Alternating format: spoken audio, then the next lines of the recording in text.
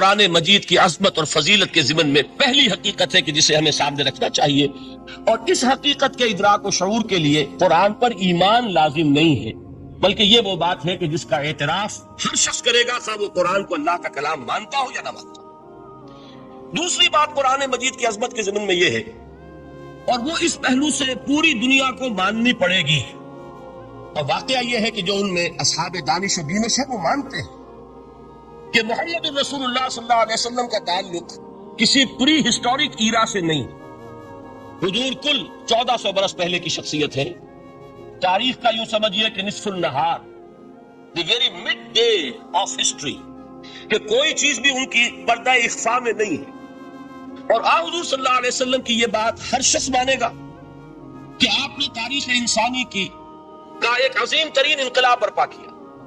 اس دور میں آپ کے علم میں ہوگا، ابھی کچھ 6-7 سال پہلے امریکہ میں ایک کتاب شائع ہوئی، دی 100، ڈاکٹر مائیکل ہارٹ اس کے مصنف ہیں۔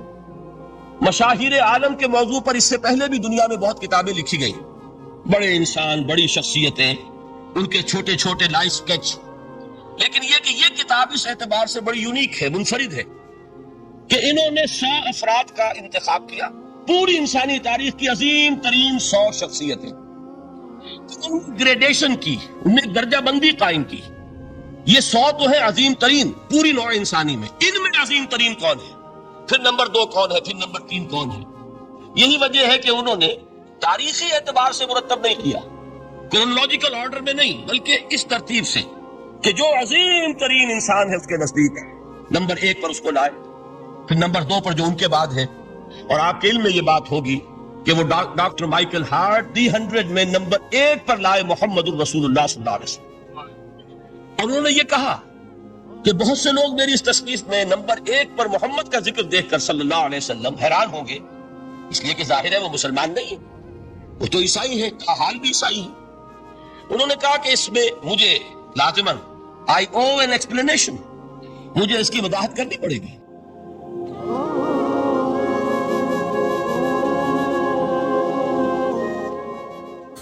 اگر یہ ویڈیو آپ کو اچھی لگی ہے تو آپ کائنڈلی ریالٹی سپیک کو سبسکرائب کریں، ویڈیو کو لائک کریں اور کمنٹ میں جزاک اللہ لکھیں، تاکہ ہمیں اس طرح کے موٹیویشن ملتے رہیں اور ہم آپ کو اس طرح کی ویڈیو شیئر کرتے رہیں۔ جزاک اللہ خیر۔ اور اس کی جو دلیل اس نے دی ہے وہ شخص کی ذہانت کی بہت بڑی عکاسی کرنے والی شے ہے۔ کہتے ہیں this is because he is the only person, یہ دی اونلی کو انڈرلائن کر دیجیے اپنے ذہن میں، واحد شخصیت ہے پوری نسل انسانی کی، supremely successful in both the religious and the secular fields, کہ زندگی کے یہ 2 خانے جو آج کے انسان نے اپنے ذہن میں قائم کر لیے ہیں، ایک خانے کو وہ کہتے ہیں یہ مذہبی خانہ، یہ انفرادی ہے، عقائد ہے، عبادات ہے، کچھ سوشل کسٹمز ہیں، اگر کوئی فوت ہو جائے گا تو کیا کریں گے، اسے دفن کریں گے، جلائیں گے، کیا کریں گے، پیدائش ہے، اسے سیلیبریٹ کس طرح کریں گے، یہ سوشل کسٹمز ہے۔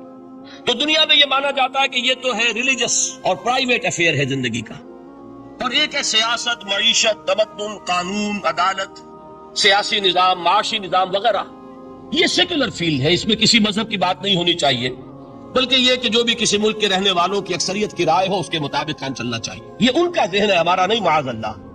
اسلام کے نزدیک انسانی زندگی انڈیویزیبل ہے، ناقابل تقسیم فقط ہے، یہ ایک آرگینک ہول ہے، حیاتیاتی اکائی ہے جس کو تقسیم نہیں کیا جا سکتا۔ لیکن جدید ذہن کا تصور یہی ہے۔ اس تصور کے پس منظر میں دیکھیے کہ جو سب سے بڑی تحسین ہو سکتی تھی اور جو سب سے زیادہ ٹریبیوٹ پیش کرنے کا انداز ہو سکتا تھا وہ شخص نے پیش کر دیا حضور کو، کہ دونوں میدانوں میں بیک وقت انتہائی کامیاب انسان پوری تاریخ میں صرف ایک ہے، اور وہ محمد ہے صلی اللہ علیہ وسلم۔ اس لیے کہ جتنی بڑی شخصیتیں اور نظر آتی ہیں وہ یکرخی ہیں، یا ادھر عظیم ہے یا ادھر عظیم ہے۔ جو ادھر عظمت کی حامل ہے دین میں، مذہب میں، اخلاق میں، روحانیت میں، جیسے حضرت مسیح خود یا گوتم بدھ، ان کا سیاست میں اس میں کوئی دخل نہیں، کوئی انقلاب برپا نہیں کیا، کوئی نئی حکومت قائم نہیں کی، تو وہاں انہیں 0 دینا پڑتا ہے۔ اور اس کے برعکس سکندر اعظم ہے، اٹیلا ہے، چنگیز ہے، ہٹلر کو بھی چاہے تو شامل کر لیں، جس کی فتوحات جو ہے وہ جنگل کی آگ کی طرح پھیلی ہیں، کوئی مشرق سے مغرب تک پہنچ گیا، کوئی مغرب سے مشرق تک چلا آیا۔ ہٹلر کہاں آپ کو سکندر اعظم کہاں سے چلا، مقدونیہ سے اور دریائے بیاس تک پہنچا، اور ادھر سے چنگیز ادھر سے گیا وہاں تک پہنچا ہے، اکیلا جو ہے سینٹرل ایشیا سے اور یورپ کے میدانوں تک پہنچا ہے. لیکن مذہب اور اخلاق کے میدان میں انہیں صرف زیرو دینے سے کام نہیں چلتا، کوئی مائنس ویلیو معین کرنی پڑتی. یہ ہے دنیا کی عظیم ترین شخصیتوں کا حال. ایک شخصیت ایسی ہے محمد کی صلی اللہ علیہ وسلم کہ ان کے بارے میں یہ کہنا مشکل ہو جائے گا کہ ان کی زیادہ عظمت جو ہے وہ مذہبی میدان میں ہے یا زیادہ عظمت جو ہے وہ سیاسی اور ملکی میدان میں ہے. ایک نئی تہذیب، ایک نیا تمدن، ایک نیا طرز حکومت، ایک نیا نظام معیشت، ایک نیا سماجی اور معاشرتی نظام، ایک نیا قانون فوجداری، ایک نیا قانون دیوانی، زندگی کے ہر اعتبار سے ایک انقلاب برپا کیا ہے. یہ ہے محمد رسول اللہ کا وہ کارنامہ جس کو کہ غیر مسلم بھی تسلیم کرنے پر مجبور ہے. چنانچہ شاید آپ نے نام سنا ہو، ہندوستان نے جو بڑے بڑے انقلابی پیدا کیے اس صدی میں، ان میں ایک ایم این رائے جو کمیونسٹ انٹرنیشنل جو واسکو میں یوں سمجھیے کہ پوری دنیا میں اشتراکی تحریکوں کو کنٹرول کرنے والا ادارہ، یہ شخص اس کا بہت اہم کارکن رہا ہے، ایم این رائے. اس نے ایک کتاب لکھی دی ہسٹوریکل رول آف اسلام، اور وہ تسلیم کرتا ہے کہ تاریخ انسانی میں عظیم ترین انقلاب وہ ہے جو محمد نے برپا کیا صلی اللہ علیہ وسلم. تو یہ چیز دوسری ہے کہ جس کو ماننا پڑتا ہے. لیکن آپ حیران ہوں گے کہ یہ سیرت کا جلسہ تو نہیں تھا، میں قرآن کی عظمت بیان کر رہا تھا. یہاں اصل میں جس چیز کی طرف آپ کی توجہ دلانی مقصود ہے وہ یہ ہے کہ اس عظیم ترین انقلاب کے لیے حضور کا اعلی انقلاب قرآن تھا. اتر کر حرا سے سوئے قوم آیا اور ایک نسخہ کیمیا ساتھ لائے. اس قرآن کے ذریعے ذہن بدلے، لوگوں کی سوچ بدلی، عقائد بدلے، نقطہ نظر بدلا، ان کا ویلیو سٹرکچر تبدیل ہو گیا. پہلے زندگی عزیز ترین متاع شمار ہوتی تھی، اب موت سب سے بڑھ کر خوش آئند ہے. شہادت ہے مطلوب و مقصود مومن، نہ مال غنیمت نہ کسوت کشائی. یہ انقلاب یہ در حقیقت کس کے ذریعے سے ہوا ہے؟ سورہ فرقان میں اللہ تعالیٰ نے ارشاد فرمایا حضور سے، فَلَا تُطِعِ الْكَافِرِينَ وَجَاهِدْهُمْ بِهِ جِهَادًا كَبِيرًا.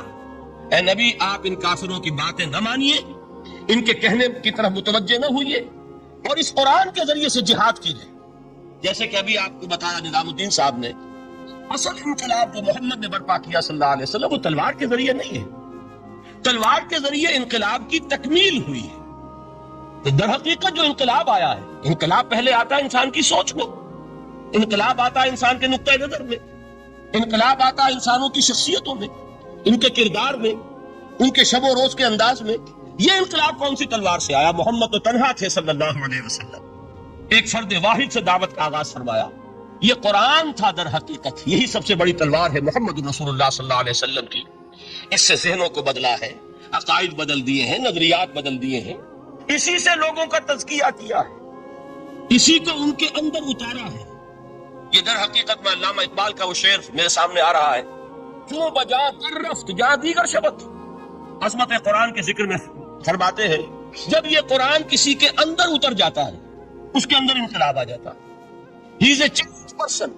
اس کی سوچ بدل گئی، نقطہ نظر بدل گیا. پہلے وہ کائنات کو سمجھتا ہوگا کہ خود بخود چل رہی ہے، اندھا بہرا مادہ اسے چلا رہا ہے، بائی این ایکسیڈنٹ یہ وجود میں آئی ہے. اب وہ سمجھتا نہیں ہے ایک اللہ ہے، علی کل شیء قدیر بکل شیء علیم، الحی القیوم، جس نے اس کائنات کو بنایا ہے، جو اسے چلا رہی ہے، جو مدبر ہے. یدبر الامر من السماء الى الارض، تدبیر فرما رہا ہے. وہ ہے کہ جس نے اس کائنات کو پیدا فرمایا. پھر یہ کہ پہلے وہ سمجھتا ہو کہ میری زندگی کیا ہے. وہی جو کہ شہنشاہ ظفر نے کہا تھا کہ عمر حیات مانگ کے لائے تھے 4 دن. بہادر شاہ ظفر آخری تاجدار خاندان مغلیہ کا، کہ عمر دراز مانگ کے لائے تھے 4 دن، 2 آرزو میں کٹ گئے 2 انتظار میں. کل زندگی کیا ہے؟ یہ 30 40 50 60 70 برس. قرآن نے بتایا نہیں. اور جو ترجمانی کی اقبال نے، تو اسے پیمانہ امروز و فردا سے نہ ناپ، جاویداں پہم دواں ہر دم جواں ہے زندگی. یہ تو ایک ابدی سلسلہ ہے، اس کا یہ کوئی اختتام ہے ہی نہیں. یہ موت جو ہے یہ دی اینڈ نہیں ہے. موت ایک زندگی کا وقفہ ہے، یعنی آگے چلیں گے دم لے کر. یہ انقلاب ہے انسان کے فکر کا اور سوچ کا. اس انقلاب کے نتیجے میں وہ جماعت تیار ہوئی صحابہ کرام کی، ڈیڈیکیٹڈ، کمیٹڈ، جو آخرت کے طالب تھے، جو اللہ کے عاشق، محمد کے دیوانے صلی اللہ علیہ وسلم، من دھن قربان کرنے کے لیے تیار.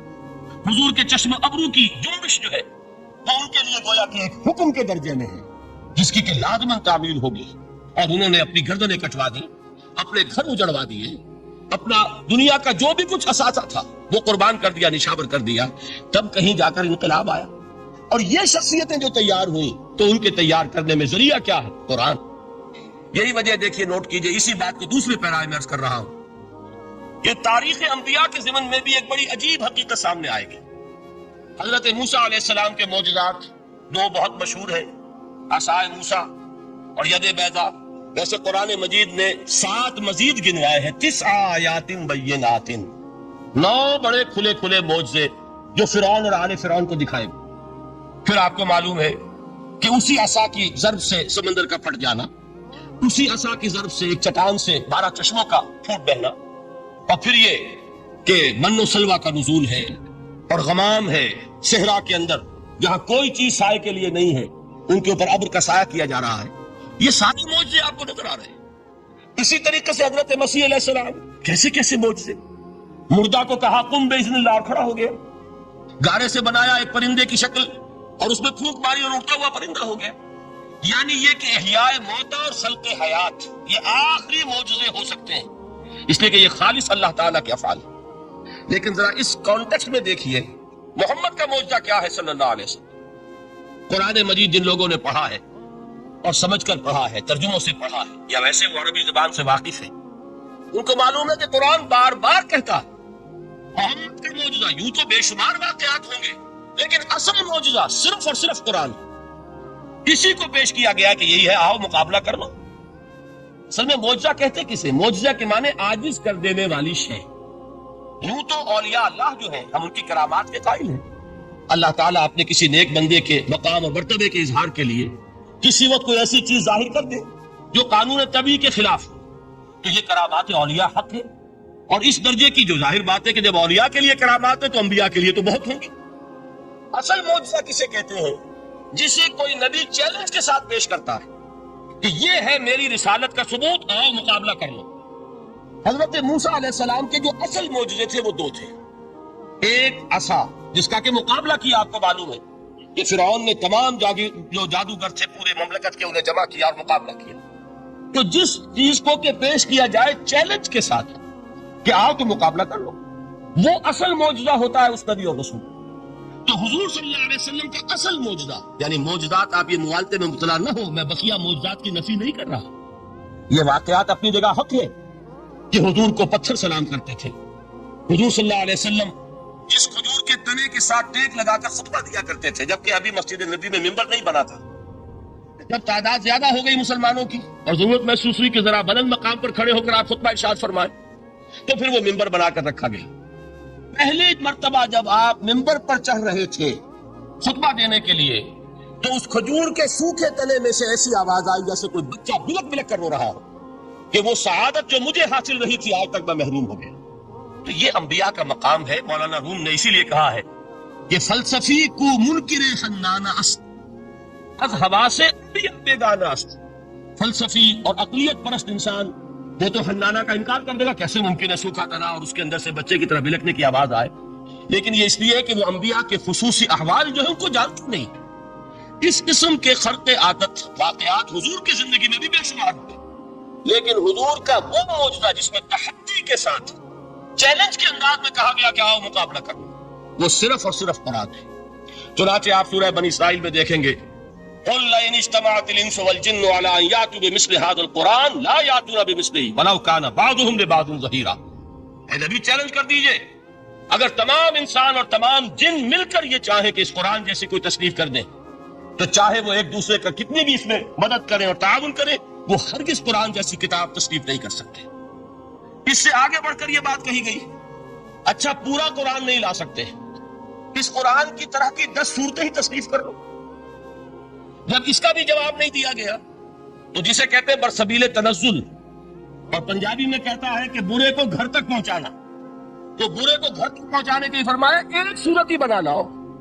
یہ سورہ ہود میں اور سورہ یونس میں یہ مضمون آیا، اور پھر سورہ بقرہ میں ہجرت کے بعد جو پہلی سورت نازل ہوئی اس میں پھر اس کو دوہرا دیا گیا، وَإِن كُنتُمْ فِي رَيْبٍ مِّمَّا نَزَّلْنَا عَلَىٰ عَبْدِنَا فَأْتُوا بِسُورَةٍ مِّن مِّثْلِهِ وَدُعُوا شُهَدَاءَكُم مِّن دُونِ اللَّهِ إِن كُنتُمْ صَادِقِينَ کہ اگر تمہیں کوئی شک ہے اس کتاب کے بارے میں جو ہم نے نازل فرمائی ہے، شک کیا ہوگا؟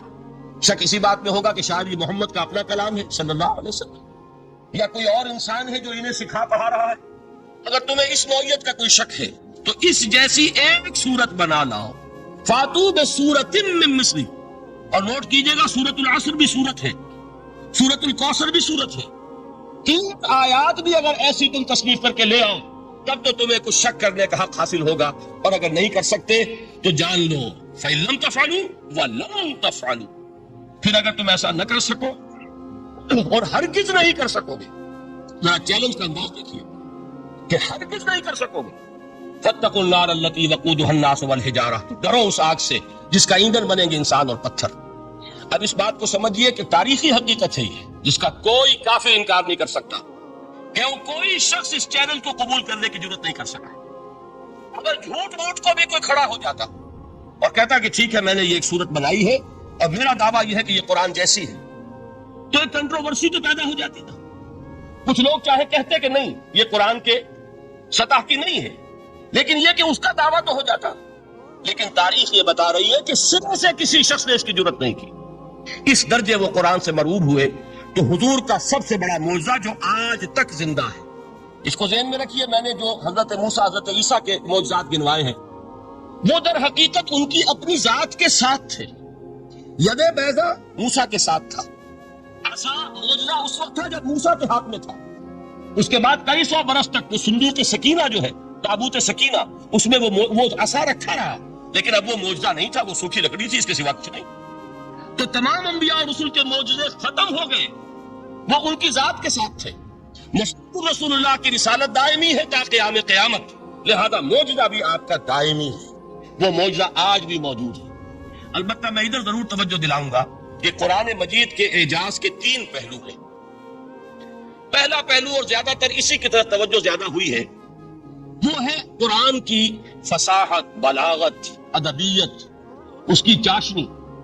ظاہر بات ہے کہ اس کا شعور اور ادراک صرف عربوں کو ہو سکتا ہے، بلکہ میرے خیال میں ناراض نہ ہو اہل عرب تو آج کے عربوں کو بھی نہیں ہو سکتا۔ یہ اسی دور کے عرب تھے، ان کی اپنی جو اس وقت کی زبان تھی، اس زبان میں فصحاء، بلغاء، شعراء، خطباء، ان کو اتنا ذوق تھا کہ وہ باقی پوری دنیا کو کہتے تھے یہ گونگے ہیں، بولنا ہم آتا، خطیب ہم ہیں، شاعر ہم ہیں، خطبہ ہم دے سکتے ہیں، شعر ہم کہہ سکتے ہیں، باقی سب تو عجمی ہیں، گونگے ہیں، ان کے اندر نہ فصاحت ہے، نہ بلاغت ہے، نہ ان کے کلام میں چاشنی ہے، نہ اس کے اندر کوئی شکوہ۔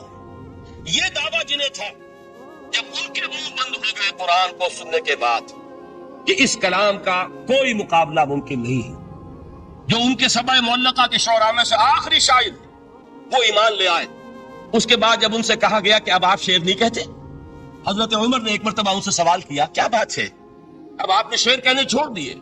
تو ان کا جواب یہ تھا، اب بعد القرآن، کیا قرآن کے بعد بھی اس کا امکان ہے کہ کوئی شخص اپنی فصاحت اور بلاغت کا کوئی اظہار کرنا چاہے؟ یہ تو فصاحت اور بلاغت کی ایک معراج ہے کہ جس تک کہ اب کسی انسان کی رسائی ممکن نہیں۔ تو فصاحت اور بلاغت جو ہے قرآن کی اور اس کی ادبیت، در حقیقت اس کا ادراک تو ہو سکتا ہے صرف اہل زبان کو۔ ہم لوگ جو ترجموں سے پڑھتے ہیں، چاہے کتنی ہی گرامر پڑھ لیں، کتنی صرف و نحو پڑھ لیں، واقعہ یہ ہے کہ وہ جو ایک ہوتا ہے نفس پر جب انگلی آتی ہے تو جو ایک آپ کو فیل ہوتی ہے، وہ فیل ہم جو عجمی لوگ ہیں جن کی مادری زبان عربی نہیں ہے، وہ قرآن مجید کی فصاحت اور بلاغت کو اس طور سے نہیں سمجھ سکتے جیسے کہ اہل زبان سمجھ سکتے ہیں، اور خاص طور پر جیسے کہ اس زمانے کے اہل زبان نے سمجھا۔ آج چونکہ عربی زبان ویسے تو جو اس کی فصیح لینگویج ہے وہ جو کی تو اپنی اصل پر قائم ہے، اور وہ اسی قرآن کے طفیل اور قرآن کے صدقے قائم ہے، ورنہ دنیا میں کوئی دوسری زبان نہیں ہے کہ جو 1500 برس تک اتنی پیور رہ جائے، اس میں تبدیلی آتی۔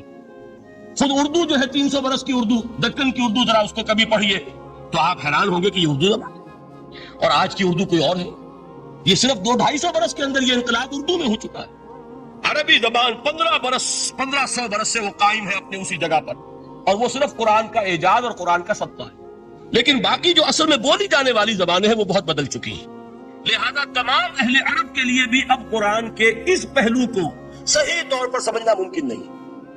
قرآن کی جو اعجاز کے 2 پہلو ہیں، وہ ہے در حقیقت جو میری اور آپ کی توجہ کے خاص طور پر در حقیقت حقدار ہیں اور ہمیں ان کی طرف توجہ کرنی چاہیے. بدقسمتی سے اس کی طرف عام طور پر علماء نے توجہ نہیں کی. اس کی صرف ادبیت ہی کا چرچا ہوتا ہے.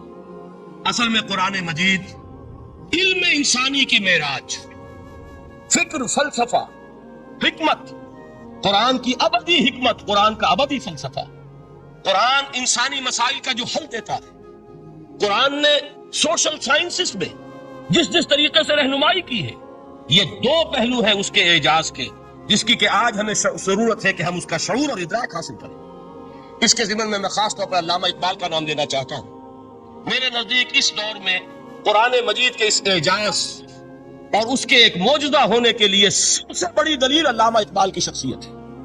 وجہ کیا ہے کہ علامہ اقبال علماء کے طبقے میں سے نہیں تھے.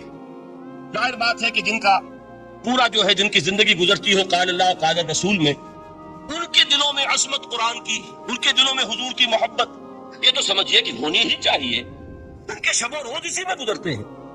لیکن یہ کہ ایک ایسا شخص جس کی تعلیم ہے کالجوں کی، یونیورسٹیوں کی، جس نے مشرق اور مغرب کے فلسفے کھنگال ڈالے، وہ شخص، اور وہ بھی اس دور میں جبکہ ہم پر مغرب سے مروبیت بہت شدید تھی. آج تو وہ مروبیت بہت کم ہو چکی ہے. آج تو ہمارا عام نوجوان جو ہے وہ آنکھوں میں آنکھیں ڈال کر بات کرتا ہے، اس میں خود اعتمادی ہے. ہمارا بھی اپنا ایک معاشی نظام ہے، ہمارا اپنا ایک سیاسی نظام ہے، ہمارا ایک اپنا سماجی نظام ہے، ہماری اپنی سوشل ویلیوز ہیں. آج کا نوجوان الحمدللہ احیاء اسلام کی وہ جد و جہد جو ہے وہ مرحلہ در مرحلہ بہرحال آگے بڑھ رہی ہے. وقت لگے گا، لیکن یہ کہ اس میں یقیناً ترقی ہوئی ہے. اسی کا نظر یہ ہے کہ خود اعتمادی ہے. We have confidence. ہم جانتے ہیں کہ اسلام ایک دین ہے، مکمل دین ہے، اس کے پاس زندگی کے تمام مسائل کا حل ہے. لیکن یہ ہے آج 1985 کی بات. علامہ اقبال اس صدی کے آغاز میں گئے ہیں یورپ، جبکہ ہم محکوم تھے انگریز کے. ایک حاکم قوم کے ہاں جا کر اس سے مروبیت کتنی شدید اس وقت تھی. جو جاتا تھا اکثر و بیشتر جو ہے واپس آتا تھا تو کھڑے ہو کر پیشاب کرنا ضروری سمجھتا تھا، اس لیے کہ اس نے وہاں پر لوگوں کو یہی کرتے دیکھا. ان کا لباس، ان کی وضاقتہ، ان کی تہذیب، ان کا تمدن، ہر طرح سے ان کے گن گاتا ہوا، ان کے لیے وہ بہت قصیدے جو ہے تعریف کے کہتا ہوا آتا تھا. لیکن ایک علامہ اقبال کی شخصیت وہ ہے کہ وہ یہ خود کہتے ہیں کہ میں اس آگ میں ڈالا گیا ہوں مثل خلیل. مغربی تہذیب کے اس الاؤ میں مجھے اس طرح ڈالا اللہ نے جیسے کہ حضرت ابراہیم کو آگ میں ڈلوایا. میں اس تہذیب کے اس الاؤ کے اندر سے ہو کر آ رہا ہوں، اور میں نے یہ دیکھ لیا ہے کہ یہ تہذیب کھوکھلی ہے، اس کے اندر کوئی پائیداری نہیں ہے. نظر کو خیرہ کرتی ہے تب چمک تہذیب حاضر کی، یہ صنائی مگر جھوٹے نگوں کی ریزہ کاری ہے. اور دیار مغرب کے رہنے والوں، خدا کی بستی دکان نہیں ہے. چھڑا جسے تم سمجھ رہے ہو وہ اب زرے کا معیار ہوگا. تمہاری تہذیب اپنے خنجر سے آپ ہی خودکشی کرے گی. جو شاخ نازک پہ آشیانہ بنے گا ناپائیدار ہوگا. اب آپ اندازہ کیجئے وہ شخص جو بنیادی طور پر فلسفی ہے، فلسفے کا طالب علم، وہ جرمنی اور انگلستان میں جا کر فلسفے کھنگالنے کے بعد اسے اگر تسکین حاصل ہوئی، اس کی جو علم کی پیاس تھی اگر اسے سیری حاصل ہوئی تو صرف قرآن کے ذریعے سے. نہ کہیں جہاں میں اما ملی، جو اما ملی تو کہاں ملی میرے جرم خانہ خراب کو تیرے عفو بندہ نواز میں. یہ وہ شخص ہے آخری زندگی میں ان کا کام صرف ایک رہ گیا تھا، قرآن کی تلاوت. بڑے بڑے فلسفی ملنے آتے تھے علامہ اقبال سے ملنے، وہ سمجھتے تھے بڑی لائبریری ہوگی، جیسے بڑے وکیل اس کی لائبریری آپ کو معلوم ہے کتنی جلدیں رکھی ہوگی، خوبصورت جلدیں بنی ہوئی، ایسے ہی کوئی بڑا فلسفی، بڑا پروفیسر، اس کی سٹڈی، اس کی کتابیں بڑی مرغوب کن ہونی چاہیے. لیکن علامہ اقبال کے ہاں سب کتابیں اٹھوا دی تھی، صرف ایک کتاب رہ گئی. اور سید نذیر نیازی کا نام آپ نے سنا ہوگا. انہوں نے جب یہ گواہی دی ہے، یہ واقعہ شاید آپ کے علم میں نہ آیا ہو، یہ بہت اہم واقعہ. وہ یہ لکھتے ہیں کہ میں نے ایک مرتبہ علامہ سے پوچھا کہ کچھ لوگ اعتراض کرتے ہیں یا یہ خیال ظاہر کرتے ہیں کہ آپ نے اپنا فلسفہ خودی نیچے سے لیا ہے، کوئی کہتا فلاں سے لیا ہے، کوئی کہتا فلاں سے لیا ہے، کچھ آپ خود بتا سکیں گے کہ آپ کے فلسفہ خودی کی سورس کیا ہے؟ تو علامہ نے کہا کہ اچھا کل فلاں وقت آ جانا تو میں تمہیں لکھوا دوں گا، ڈکٹیٹ کرا دوں. تو سید نذیر نیازی کہتے ہیں کہ میں بہت خوش ہوا کہ یہ سعادت میرے حصے میں آ رہی ہے کہ علامہ اقبال خود مجھے تحریر کرائیں گے کہ میرے فلسفے کی سورس کیا ہے. میں نے کہاں سے اخذ کیا. دوسرے روز وہ گئے، حاضر ہوئے، بڑے ہی ارمانوں کے ساتھ پینسل اور کاپی لے کر بیٹھے. علامہ نے فرمایا ذرا قرآن مجید نکال لاؤ. وہ قرآن مجید لائے، حیران ہوئے یہ فلسفے کا سورس مجھے ڈکٹیٹ کرانے چلے تھے، یہ قرآن مجید کہہ رہے۔ کہا کہ ذرا سورۃ الحشر اس کا آخری رکوع، وَلَا تَكُونُوا كَالَّذِينَ نَسُوا اللَّهَ فَأَنسَاهُمْ أَنفُسَهُمْ أُولَٰئِكَ هُمُ الْفَاسِقُونَ۔ اے لوگوں، ان لوگوں کے مانند نہ ہو جانا جنہوں نے اللہ کو بھلا دیا تو اللہ نے انہیں اپنی خودی سے غافل کر دیا، اپنے آپ سے بیگانہ بنا دیا۔ یہی ہے لوگ جو فاسق ہیں۔ علامہ نے کہا میرے فلسفے کی سورس یہ ہے، یہ میں آپ کو بتانا چاہتا ہوں۔ اس معنی میں کہتا ہوں کہ اس دور میں علامہ اقبال کی شخصیت کو میں اعجاز قرآن کا سب سے بڑا مظہر سمجھتا ہوں۔ ایک شخص 20ویں صدی عیسوی کی شخصیت، اور پھر یہ کہ وہ کہیں مسجد اور کسی مدرسے کے ماحول میں پلا بڑھا نہیں ہے، بلکہ اسکولوں اور کالجوں میں اور یونیورسٹیوں میں، اور صرف ہندوستان میں نہیں، انگلستان اور جرمنی کی یونیورسٹیوں میں رہا، جس نے اپنا لوہا منوایا ہے۔ وہ شخص اگر یہ کہتا ہے کہ میرے لیے فکر کی بنیاد، میرے فلسفے کی سورس، میری تمام سوچ کی رہنمائی جو ہے وہ اس کتاب نے کی ہے، تو معلوم ہوا کہ واقعتاً یہ قرآن مجید آج بھی معجزہ ہے۔ یہ بات تو ہوئی فلسفے اور فکر کے اعتبار سے۔ دوسرا پہلو جو اپلائیڈ پہلو ہے اس دور کے اعتبار سے، وہ اہم تر ہو گیا ہے۔ انسان کے لیے جو پیچیدہ تمدنی مسائل ہیں، سیاسی مسائل کو کیسے حل کیا جائے، معاشی مسائل کا حل کیسے ہو، سماج میں توازن کیسے ہو، مرد اور عورت کے درمیان توازن کیسے ہو۔ ہوتا کیا ہے، یا عورت بھیڑ بکری کی طرح کی ملکیت بن جاتی ہے۔ ہمارے ہاں اردو میں جو اس کا محاورہ ہے کہ جوتی کی نوک، یہ اس کی حیثیت ہو جائے گی، یا دوسری طرف عورت کلوپیٹرا بن کر قوموں کی قسمتوں سے کھیلے گی۔ دنیا میں یہ دو انتہائیں ہوئی ہیں۔ کہاں نقطۂ عدل کہاں ہے، کیسے بیلنس جو ہے اسٹرائک کیا جائے، مردوں کے حقوق اور فرائض اور خواتین کے حقوق اور فرائض، اس میں صحیح ترین ایکویشن ہے کیا؟ اسی طریقے سے فرد اور اجتماع، فرد اور ریاست، یا تو یہ کہ انسان کی انفرادی آزادی اتنی جا رہی ہے، مادر پدر آزاد، جس کا مظہر یہ ہے کہ آج انگلستان میں 2 مرد بھی میاں اور بیوی کی حیثیت سے رہ سکتے ہیں، قانون تسلیم کرے گا ہسبینڈ اینڈ وائف، ان کو وہی حقوق حاصل ہوں۔ یہ ہے وہ آزادی۔ اور یا پھر یہ ہے کہ جو روس میں ہے یا دوسرے ممالک میں ہے کہ آزادی بالکل ختم، اور معلوم ہوا کہ ایک ٹوٹلیٹیرین سوسائٹی، مستبدانہ نظام، ان کے درمیان نقطۂ عدل کہاں؟ اسی طرح سرمایہ اور محنت، اگر ذرا سا سرمایہ کو چھوٹ ملتی ہے وہ مزدور کا خون چوستا ہے اور اس کا حق اس کو نہیں دیتا۔ اقبال نے بہت خوبصورت انداز میں کہا ہے کہ خواجہ از خون رگے مزدور سازد لال ناب، از جفائے دہ خدایا کشت دہ کا نا خراب۔ انقلاب انقلاب ہے انقلاب۔ ایک طرف سرمایہ دار ہے جو مزدور کی رگوں میں سے خون نچوڑ کر سرخ شراب کا پیمانہ لے کر بیٹھا ہوا ہے، وہ در حقیقت مزدور کا خون ہے جو پی رہا ہے۔ ایک طرف وہ زمیندار اور جاگیردار ہے جو کاشتکار کا خون جو ہے چوس رہا ہے۔ تو یہ یا تو یہ انتہا ہے، اور یا یہ ہے کہ اگر ذرا آپ مزدور کو یا اس کارکن کو تھوڑا تحفظ دیجئے تو وہ کام نہیں کرتا۔ ہمارے ہاں پچھلے دور میں یہی ہوا تھا۔ میں یہ برملا کہتا ہوں، آج بھی آپ کے سامنے کہہ رہا ہوں کہ بھٹو نے واقعہ یہ بہت بڑا کارنامہ سر انجام دیا تھا۔ اس نے مزدور کو ایک سیلف ریسپیکٹ دی تھی، کاشتکار کو اپنی عزت کا احساس دیا تھا کہ میں بھی انسان، میرے بھی حقوق ہیں، لیکن نتیجہ اس کا نیگیٹو نکلا۔ مزدور نے کام کرنا چھوڑ دیا، معیشت کی گاڑی ختم ہو گئی۔ وہ چیز کے جو متوازن ہو، جس میں مزدور کو اس کا حق مل رہا ہو اور پسینہ خشک ہونے سے پہلے اس کی جائز مزدوری اس کو مل گئی ہو، جس میں کہ انسان کسی سرمایہ دار کی رعیت بن کر نہ رہ جائے۔ دوسری طرف یہ کہ سرمایہ کے لیے بھی جو اس کا صحیح ہے کہ اس کو انسینٹیو ملے، وہ میدان میں آئے، اس کے اندر رسک لینے کے جو ہے وہ صلاحیت پیدا ہو۔ ان دونوں چیزوں کو کیسے متوازن کیا جائے؟ واقعہ یہ ہے کہ یہ ہے وہ پیچیدہ مسائل جن کا حل قرآن میں ہے۔ ہماری قسمتی کیا ہے کہ ہم نے خود ان چیزوں کے لیے دوسروں کے سامنے جھولی پساری ہوئی، ہم دوسروں سے بھیک مانگ رہے ہیں۔ ہمارا حال کیا ہوا تھا اس صدی کے شروع میں؟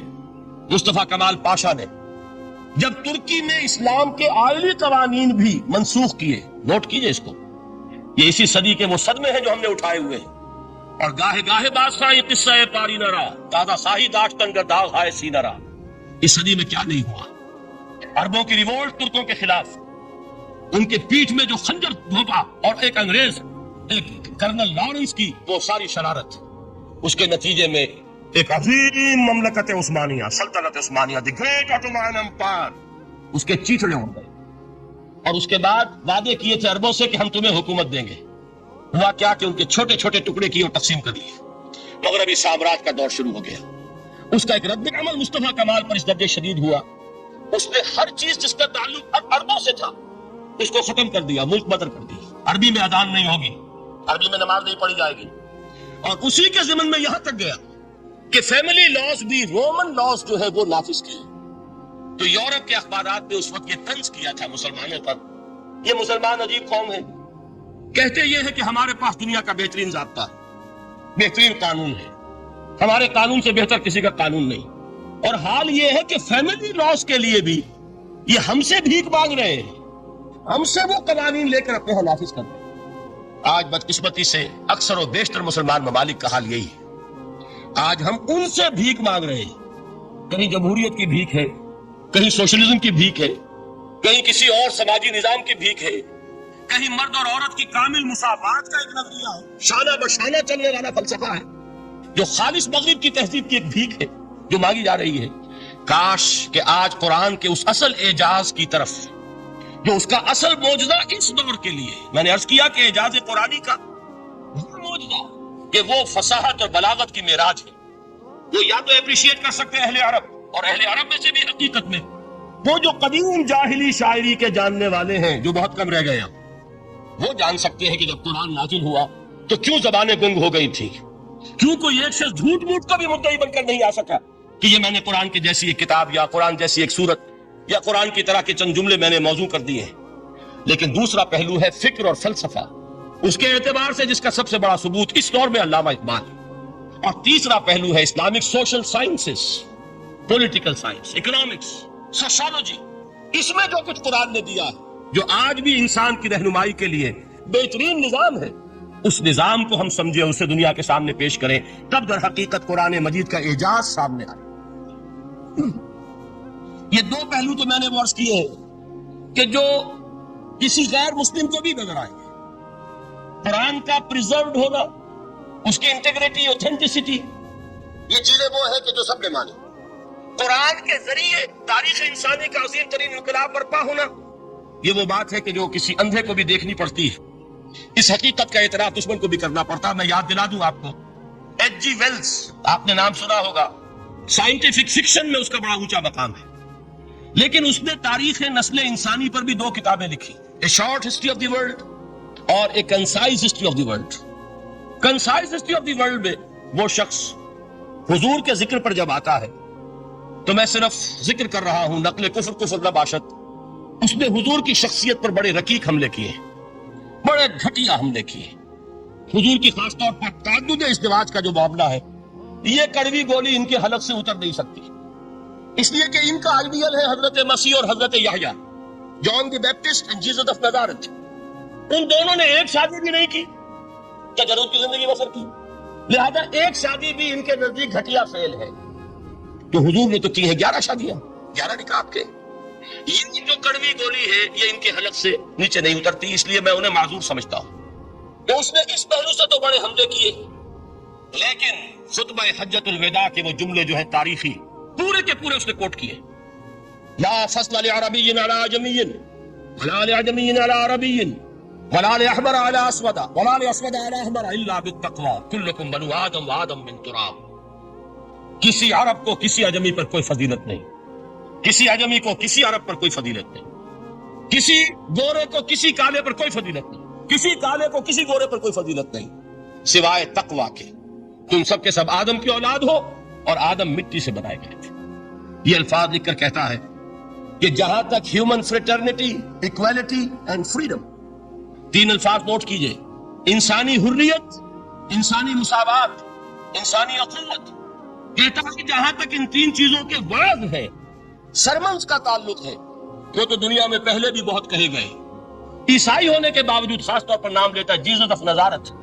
سرمنز تو حضرت مسیح کے ہاں بھی بہت مل جائیں گے کہ تمام انسان برابر ہیں، سب کو بھائی بھائی ہونا چاہیے، سب انسان آزاد ہیں، تمیز بندہ واقع فساد آدمیت ہے. لیکن وہ کہتا ہے کہ یہ ماننا پڑتا ہے تاریخ انسانی میں پہلی مرتبہ ان اصولوں پر ایک انسانی معاشرہ قائم کیا محمد نے صلی اللہ علیہ وسلم. یعنی حضور کے ساتھ یہ معاملہ ایمپٹی سلوگنز کا نہیں، یہ صرف واز نہیں ہے، یہ صرف سرمنز نہیں ہے، یہ ایمپٹی سلوگنز نہیں ہے. He translated these things into actuality. ایک حقیقت، ایک واقعے کی شکل دی ہے محمد نے صلی اللہ علیہ وسلم، جو معاشرہ پیدا کیا جس میں انسانی اخوت، انسانی مساوات اور انسانی حریت، یہ تینوں اقدار بتمام و کمال موجود تھے۔ یہی وجہ ہے اس صدی میں نوٹ کیجئے، گاندھی جی، موہن داس کرم چند گاندھی، جس کو آج پوری دنیا میں تسلیم کیا جاتا ہے، عالم عرب میں بھی مہاتما گاندھی کی بڑی عزت ہے۔ پنڈت نہرو کا کسی زمانے میں استقبال ہوا تھا ریاض میں، تو ہمیں بہت غصہ آیا تھا کہ مرحبا برسول السلام، welcome to the prophet of peace, یہ الفاظ تھے کہ جن سے پنڈت نہرو کا استقبال ہوا تھا۔ غصہ ہمیں بہت آیا، یہ رسول کا لفظ استعمال کر دیا انہوں نے۔ بعد میں ہم نے سوچا بھائی رسول کے معنی ان کے ہاں ایلچی کے ہیں، تو انہوں نے اس کو اپنے جو بھی غلطی میں سمجھا یا صحیح سمجھا اس کو چھوڑ دیجئے، میں کوئی سیاسی گفتگو نہیں کرنا چاہتا۔ انہوں نے سمجھا کہ یہ شخص اس وقت امن کا پیغام بر ہے، لہذا اس کو ویلکم کیا۔ بہرحال گاندھی جی کا جہاں تک معاملہ ہے، آپ کے علم میں ہے کہ پوری دنیا میں اس شخص کی عظمت کو تسلیم کیا گیا ہے۔ ہمارا معاملہ، ہندوستانی مسلمانوں کا معاملہ، یہ دوسرا ہے۔ وہ تو آپ کو معلوم ہے کہ جوتا جسے کاٹتا ہے اسے پتا چلتا ہے کہ یہ جوتی کاٹ رہی ہے، ورنہ دیکھنے والے کو پتا چلے گا بڑا خوبصورت جوتا ہے، بڑا عمدہ جوتا ہے، کوئی اس میں خرابی نہیں ہے، لیکن جسے وہ پنچ کر رہی ہے اسے پتا ہے کہ یہ ہے کیا۔ اس اعتبار سے ہمارا معاملہ الگ ہے، لیکن دنیا کو وہ بہت خوبصورت اور بہت ہی اعلیٰ اور بہت ہی اونچی شخصیت ایک نظر آتی ہے۔ بہرحال ایک پہلو سے یقیناً ماننا پڑے گا اس کی عظمت کو، کہ ہندو قوم کے لیے اور ہندوستان کے لیے، اس کی آزادی کے لیے جو عظیم جدوجہد کی ہے، اس میں کوئی شک نہیں۔ میں اس وقت جو بات عرض کرنا چاہتا ہوں کہ 1937 کا تصور کیجئے۔ 1937 میں آپ کو معلوم ہے 1935 میں قانون بنا تھا، اور پہلی مرتبہ الیکشنز ہوئے تھے بر صغیر میں 1937، اور وہ ہوئے تھے صوبائی الیکشنز۔ ان کے نتیجے میں وزارتیں قائم ہوئی، مسلم لیگ نے بائیکاٹ کیا تھا الیکشن کو، لہذا پورے ہندوستان میں تمام صوبوں میں کانگریس کے وزراء کی وزارتیں بنی۔ ہریجن اخبار میں ایک مقالہ لکھا تھا گاندھی جی نے اس وقت، جس میں کہ ان کانگریسی وزراء کے سامنے نصیحت کے انداز میں یہ بات رکھی تھی کہ آج جب کہ آپ لوگوں کو اختیار مل رہا ہے اور حکومت، یہ پہلی انسٹالمنٹ تھی جو انگریزوں نے دی تھی ہمیں، سیلف رول یا ہوم رول کی پہلی انسٹالمنٹ تھی، تو جو بھی تمہیں اختیارات مل رہے ہیں اس میں تمہارے سامنے حضرت ابو بکر اور حضرت عمر کی مثال رکھتا ہوں۔ یہ ہے وہ بات کہ جادو وہ جو سر چڑھ کر بولے۔ عربی میں کہتے ہیں الفضل ما شہدت بہ الاعداء، اصل فضیلت وہ ہے جس کا کہ دشمن اعتراف کرے۔ مہاتما گاندھی اگر اعتراف کر رہا ہے کہ تاریخ انسانی کی عظیم ترین شخصیتیں حکومت کی سطح پر وہ ابو بکر اور عمر ہے، تو ابو بکر اور عمر کس درخت کے پھل ہیں؟ جو شجرہ طیبہ، شجرہ نبوت ہے، کہ جس کے پھل ہے ابو بکر اور عمر، جن کو تربیت دی ہے محمد صلی اللہ علیہ وسلم۔ تو معلوم ہوا کہ یہ چیزیں وہ ہیں کہ جس کا لوہا آج دنیا مان رہی ہے، لہذا ہمیں قرآن مجید کے اعجاز کے پہلو سے ان اعتبارات سے خود بھی توجہ کرنی چاہیے اور دنیا کو بھی ادھر متوجہ کرنا چاہیے۔ اب میں تبرکاً 3 مقامات سے میں نے آیات پڑھی ہیں، قرآن مجید کی عظمت کا وہ ادراک اور شعور جو ہمیں ہو سکتا ہے، ہم وہ کہ جو قرآن کو مانتے ہیں اللہ کا کلام، ہم اس بنیاد پر سمجھیں کہ اللہ نے اپنے کلام کی کیا مدح کی ہے۔ اور نمبر 2 یہ فارسی کا ایک مصرع ہے کہ قدر گوہر شاہ دانت یا بھی دانت گوہری، ہیرے جواہرات کی قدر و قیمت یا بادشاہوں کو معلوم ہوتی ہے جو ان میں کھیلتے ہیں، اور یا یہ کہ جوہری کو جو ان کا کاروبار کرتا ہے، جانتا ہے، پہچان ہے، پرکھتا ہے۔ عام آدمی کو کیا پتا، اس کے ہاتھ پہ اگر کوئی آپ ہیرا رکھ دیں، وہ سمجھے شاید کو کوئی کانچ کا ٹکڑا، اسے اس کے اندر کوئی فرق محسوس نہیں ہوگا۔ قدر گوہر شاہ دانت یا بھی دانت گوہری، کہ ہیرے جواہرات جو ہیں ان کی قدر و قیمت کا اندازہ بادشاہوں کو ہوتا ہے یا جوہری کو ہوتا ہے۔ تو قرآن مجید کا عظمت کا صحیح ادراک یا اللہ کو ہے یا محمد الرسول اللہ کو ہے صلی اللہ علیہ وسلم۔ باقی جو کچھ دنیا دیکھتی ہے وہ تو وہ ظاہر کا ایک پہلو ہے، وہ تاریخی حقائق ہے جو میں نے آپ کے سامنے رکھے۔ باقی قرآن مجید کی عظمت کا کوئی صحیح ادراک ہو سکتا ہے یا وہ اللہ تعالیٰ کی زبانی اور یا ہوگا محمد الرسول اللہ صلی اللہ علیہ وسلم کے فرامین کی خوشی۔ اسی لیے میں نے 3 جگہ سے آیات پڑھی ہیں۔ ایک مقام سے سورہ رحمان کی ابتدائی 4 آیات، سورہ یونس کی 2 آیات، سورہ حشر کی 1 آیت، اور 3 احادیث نبویہ ہیں جن کا میں نے ذکر کیا ہے، اس لیے کہ تیسری جو ہے وہ بہت طویل حدیث ہے، وہ پوری میں اس وقت نہیں پڑھ سکتا تھا، اس کے صرف ابتدائی اور آخری کلمات میں نے اس وقت آپ کو سنائے۔ میں تھوڑی سی تشریح ان کی کروں گا تاکہ قرآن مجید کی عظمت کا جو نقش میرے اور آپ کے قلب پر ہونا چاہیے، وہ صحیح در حقیقت ان آیات اور احادیث کی روشنی میں ہمارے دلوں پر قائم ہو جائے۔ دیکھیے قرآن مجید کی عظمت یہ کلام ہے، اس کی کلام کی عظمت کا پہلا پہلو ہے متکلم کی عظمت کے اعتبار سے۔ عربی میں کہا جاتا ہے کہ کلام الملوک ملوک الکلام ہے، بادشاہوں کا کلام کلاموں کا بادشاہ ہوتا ہے۔ بادشاہ جب گفتگو کرے گا معلوم ہوگا شاہانہ انداز ہے، ایک کوئی بھکاری گفتگو کرے گا یا کوئی کجرا گفتگو کرے گا، سبزی فروش کرے گا، کوئی مچھلی فروش کرے گا، چل جائے گا کہ کون بولا وہ جس کو کہتے ہیں کہ تانت بازی راگ پایا۔ دو جملے کوئی شخص بولے گا پتہ چل جائے گا کتنے پانی میں ہے، اس کے علم کا، فضل کا، تہذیب کا، تمدن کا کیا معیار ہے۔ اس لیے کہ کلام جو ہے در حقیقت متکلم کی پوری شخصیت کی عکاسی کرتا ہے، اس کا مقام کیا ہے، اس کا مرتبہ کیا ہے، اس کے ذہن کی بلندی کیا ہے، اس کے فکر کی گہرائی کیا ہے، اس کے افق ذہنی کی وسعت کیا ہے، اس سب کا اندازہ ہوگا کلام سے۔ تو اب یہ کلام ہے اللہ کا، معلوم ہوا کہ اللہ کی صفات کا ایک کامل عکس قرآن مجید میں موجود ہے۔ یہ بات سمجھیے، اس کو قرآن نے کس طرح بیان کیا؟ یہ وہ لطیف حقائق ہیں جن کے لیے قرآن مجید تمثیل کا پیرایا اختیار کرتا ہے۔ اب سورہ حشر کی تمثیل کیا ہے؟ لَوْ أَنزَلْنَا هَذَا الْقُرْآنَ عَلَى جَبَلٍ، اگر ہم نے اس قرآن کو کسی پہاڑ پر اتار دیا ہوتا، لَرَأَيْتَهُ خَاشِعًا مُتَصَدِّعًا مِنْ خَشْيَةِ اللَّهِ، تم دیکھتے اس پہاڑ کو کہ اللہ کی خشیت سے دب جاتا۔ وَتِلْكَ الْأَمْثَالُ نَضْرِبُهَا لِلنَّاسِ لَعَلَّهُمْ يَتَفَكَّرُونَ، اور یہ مثالیں ہیں جو ہم لوگوں کے لیے بیان کرتے ہیں تاکہ وہ تفکر سے کام لیں، غور و فکر کریں۔ اگر میں اور آپ قرآن کی عظمت سے واقف نہیں ہوں گے، اس بات کو نوٹ کر لیجئے، تو میں اور آپ اپنا وقت کیسے صرف کریں گے اس کے لیے؟ انسان کا ایٹیٹیوڈ بڑا یوٹیلیٹیرین ہے، آج کے انسان کا خاص طور پر۔ وہ کسی ایسے ہی کام کے لیے وقت لگائے گا جس میں اس کے لیے فائدہ ہو، اور اس فائدے کی چیز اگر نہیں ہے تو اس کی طرف متوجہ نہیں ہوگا۔ اگر قرآن مجید کی عظمت کا ہمیں ادراک ہو جائے تو ہم اپنا پورا وقت اس کے لیے وقف کر دیں گے، اس کو سمجھیں گے، اس کی گہرائیوں میں غوطہ زنی کریں گے، جیسے اقبال نے کہا کہ قرآن میں ہو غوطہ زن اے مرد مسلمان۔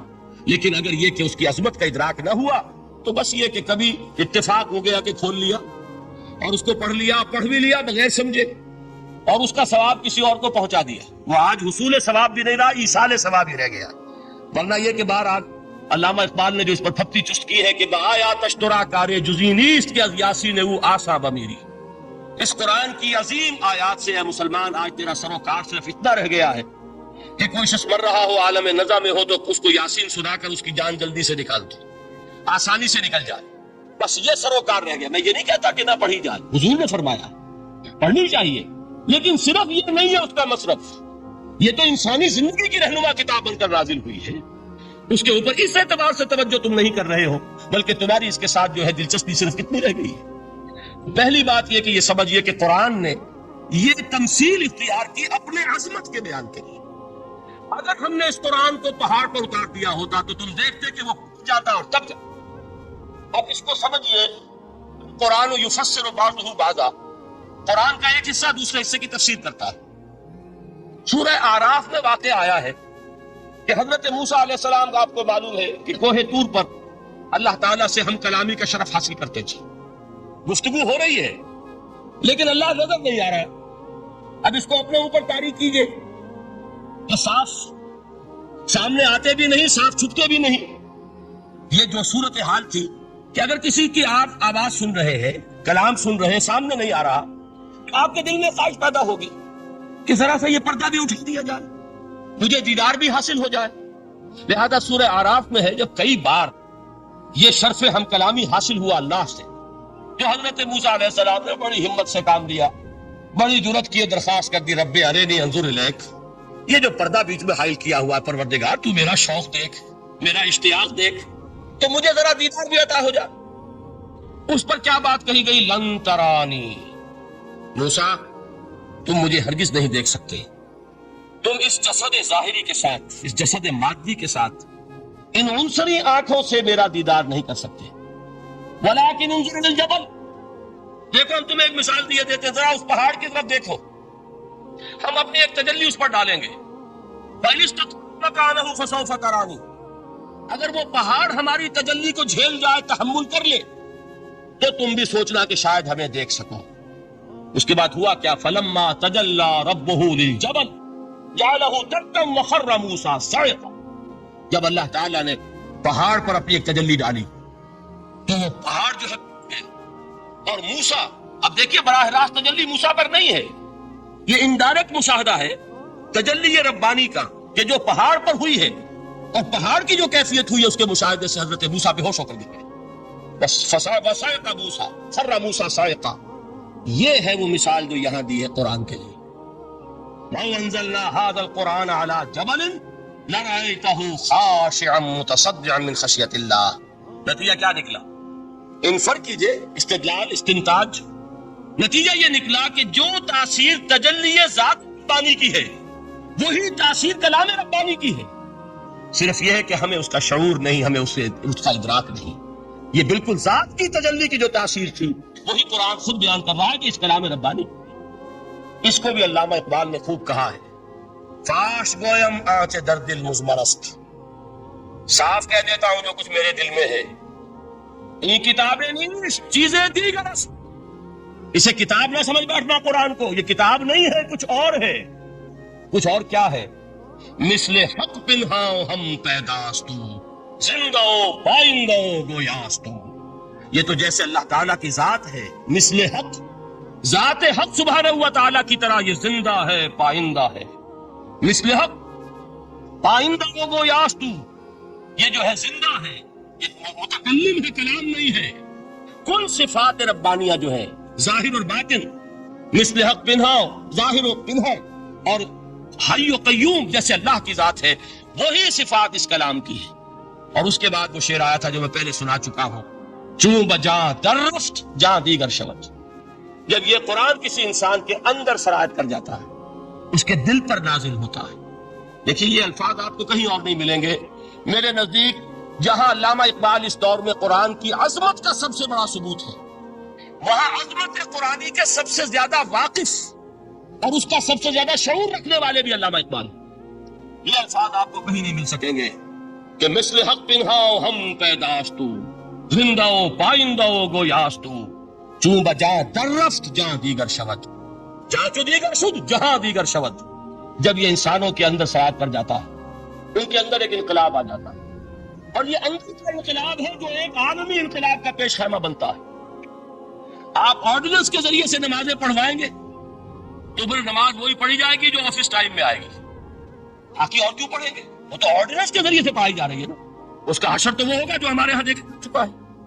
اور اس وقت بھی اس زمانے میں نے یہ سنا ایک جگہ کہ کلاس 4 امپلائیز جو ہیں وہ شروع میں جب آرڈیننس نافذ ہوا تھا ہمارے ہاں تو دفتروں میں بڑا اہتمام ہوا. آفیسرز نے خاص طور پر بڑے اہتمام سے ظہر کی نماز پڑھنی شروع کی. لیکن مجھے بتایا گیا کہ کلاس 4 امپلائیز جو ہیں ہمارے، یہ ڈرائیورز ہیں، پینس ہیں، یہ کھڑے ہنستے رہتے ہیں، شریک نہیں ہوتے. میں نے ان سے کہا وہ اس لیے کہ انہیں معلوم ہے کہ آپ بھی تو یہی پڑھ رہے ہیں نماز.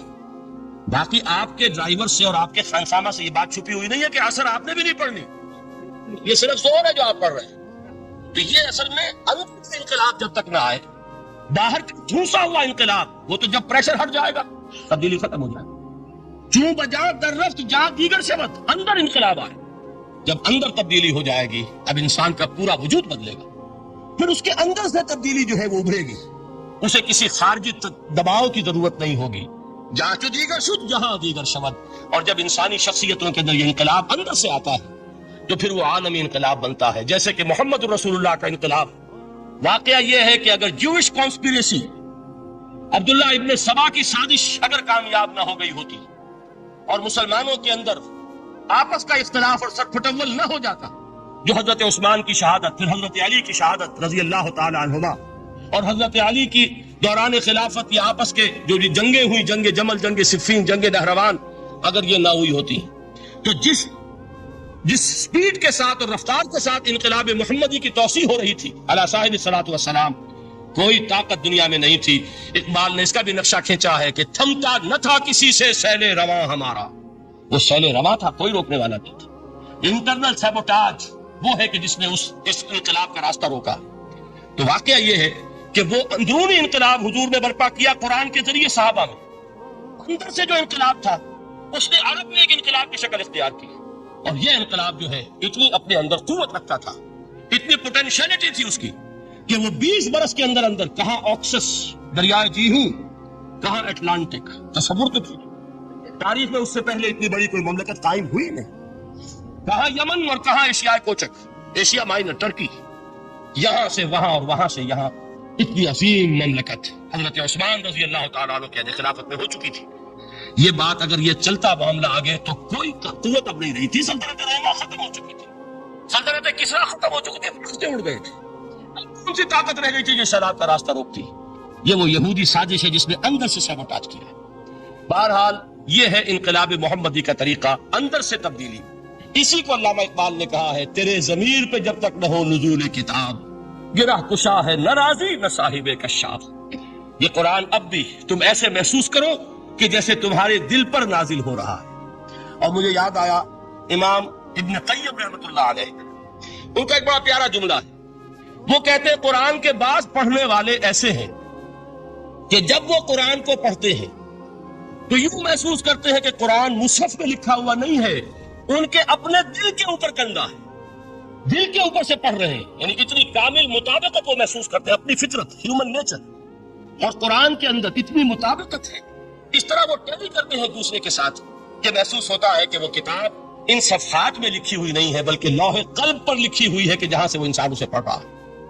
تو پہلی بات تو قرآن مجید کی آیت کے حوالے سے اس پہلو سے ہمارے سامنے آئی کہ جو تاثیر ہے ذات ربانی کی تجلی کی، وہی تاثیر ہے اس قرآن مجید کی، بشرطے کہ ہمارے دل جو ہے وہ کچھ اپنے اندر اس استعداد اور صلاحیت کو پیدا کر لے۔ دوسرا مقام ہے سورہ یونس کا۔ اب اسی کلام کی عظمت کا دوسرا پہلو ہو سکتا ہے اس کی افادیت کے اعتبار سے، اس سے فائدہ کیا ہوگا نوع انسانی کے لیے۔ دیکھیے 2 آیات، یہ عظیم خزانے ہیں عظمت قرآن کے، سورہ یونس میں، یا ایھا الناس، اے لوگو، قد جاءتکم موعظۃ من ربکم وشفاء لما فی الصدور وہدی ورحمۃ للمؤمنین۔ 4 الفاظ نوٹ کر لیجیے۔ اے لوگو، آ گئی ہے تمہارے پاس وہ چیز تمہارے رب کی طرف سے جو موعظہ ہے۔ موعظہ کسے کہتے ہیں؟ نصیحت۔ اس بات کو ذرا سمجھ لیجیے، ترتیب کیا ہے۔ نصیحت اسے کہتے ہیں، جی رہا نہیں جا رہا، میں نے اس کی ترتیب بدلی ہوئی ہے۔ مجھے یاد دلایا ایک صاحب نے کہ سورہ رحمان کی ابتدائی آیات کا بیان تو رہ گیا، وہ رہا نہیں، میں نے پڑھا کسی اور ترتیب سے تھا، بیان کسی اور ترتیب سے کر رہا ہوں۔ پڑھنے میں 4، 2 اور 1، اور اب جو میں بیان کر رہا ہوں، پہلے 1 آیت سورہ حشر کی جو بیان کی، اب 2 آیات ہیں سورہ یونس کی۔ لوگوں، تمہارے پاس آ گئی ہے تمہارے رب کی طرف سے موعظت، اور تمہارے سینوں کے اندر جو روگ ہیں ان کے لیے علاج۔ توجہ کیجیے گا، ہم نے قرآن کو کیا سمجھا ہے؟ صرف ایک مقدس کتاب، ایک حصول ثواب یا ایصال ثواب کا آلہ۔ قرآن ہے کیا؟ نمبر 1 موعظہ۔ موعظہ کسے کہتے ہیں؟ وعظ اسے کہتے ہیں وہ بات جس سے دل نرم ہو جائے، دل کے اندر گداز پیدا کرنے والی شے۔ وجہ کیا ہے؟ اعلیٰ سے اعلیٰ حکیمانہ بات کسی سے کہی جائے، دل سخت ہے، اثر نہیں ہوگا، ایک ٹرسٹ آ جاتا ہے انسان کے دل کے اوپر، جیسے کہ یہود کے علماء کے بارے میں فرمایا گیا، ثم قست قلوبکم فہی کالحجارۃ او اشد قسوۃ وان من الحجارۃ لما يتفجر منه الانہار وان منها لما يهبط من خشیۃ اللہ وان منها لما يشقق فيخرج منه الماء۔ اے لوگوں، پھر تمہارے دل سخت ہوتے چلے گئے، پھر وہ پتھروں کے مانند سخت ہو گئے، بلکہ ان سے بھی زیادہ سخت، اس لیے کہ پتھروں میں تو وہ بھی ہوتے ہیں کہ جو اللہ کے خوف سے گر جاتے ہیں، پتھروں میں وہ بھی ہوتے ہیں کہ جو اللہ کی خشیت سے پھٹ جاتے ہیں، ان میں سے پانی بہ نکلتا ہے۔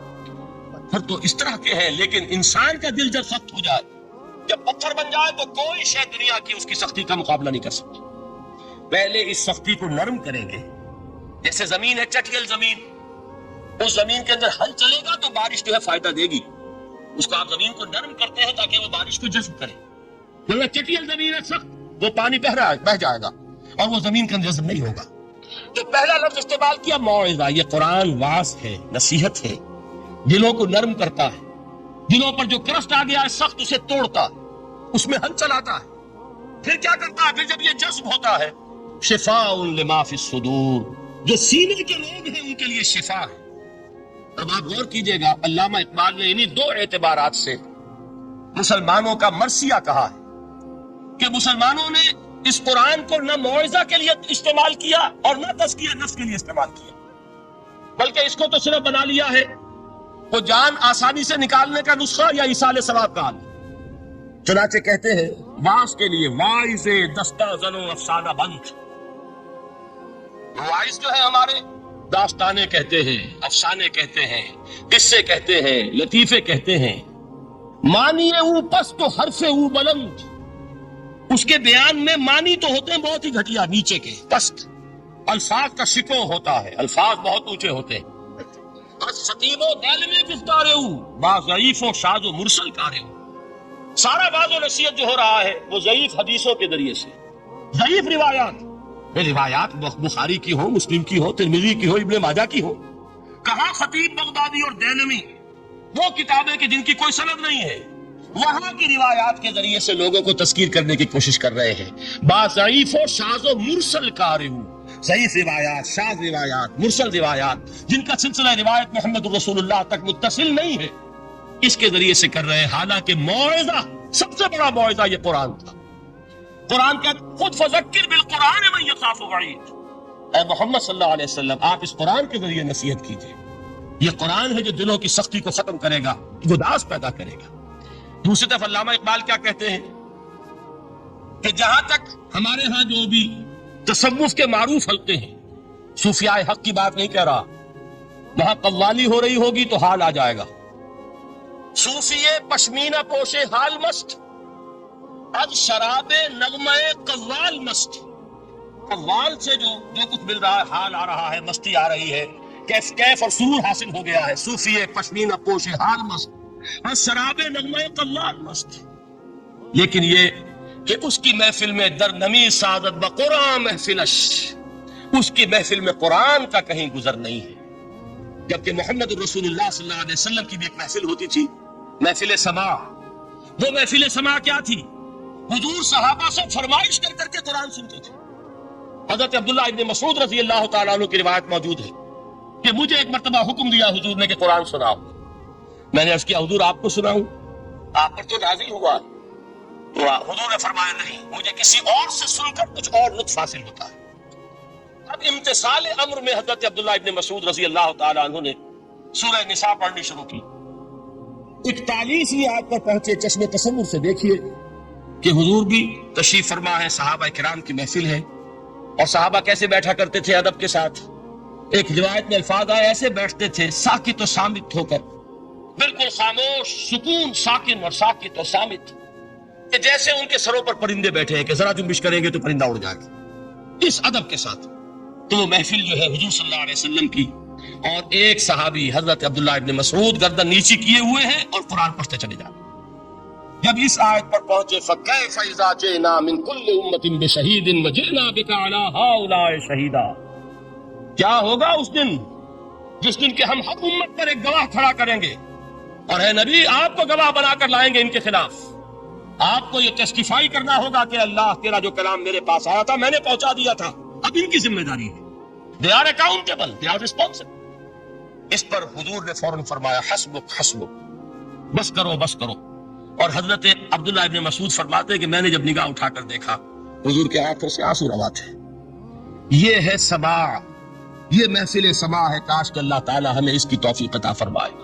یہ ہے مسنون محفل سماع، اس قرآن کے اندر وہ گداز ہے۔ آیا کہ نہیں 7ویں پارے کے بالکل آغاز میں وَإِذَا سَمِعُوا مَا أُنزِلَ إِلَى الرَّسُولِ تَرَىٰ أَعْيُنَهُمْ تَفِيضُ مِنَ الدَّمْعِ مِمَّا عَرَفُوا مِنَ الْحَقِّ يَقُولُونَ رَبَّنَا آمَنَّا فَاكْتُبْنَا مَعَ الشَّاهِدِينَ۔ تو یہ ہے دوسری چیز کہ در حقیقت تزکیہ نفس کا ذریعہ یہ قرآن ہے۔ سینوں میں جو روگ ہیں، حب دنیا، حب مال، حب شہرت، حب اقتدار، جس کو کہ ایڈلر کہتا ہے دی ارج ٹو ڈومینیٹ، میں میرا غلبہ ہو، میرا تسلط ہو، میں نمایاں ہو جاؤں، میری حکومت بن جائے، اختیار میرے ہاتھ میں آ جائے، دی ارج ٹو ڈومینیٹ، یہ ساری ارجز ہیں ہماری در حقیقت جس سے فساد رونما ہے۔ یہ حب مال ہے جس کی وجہ سے ہمارے اندر تنافس ہے۔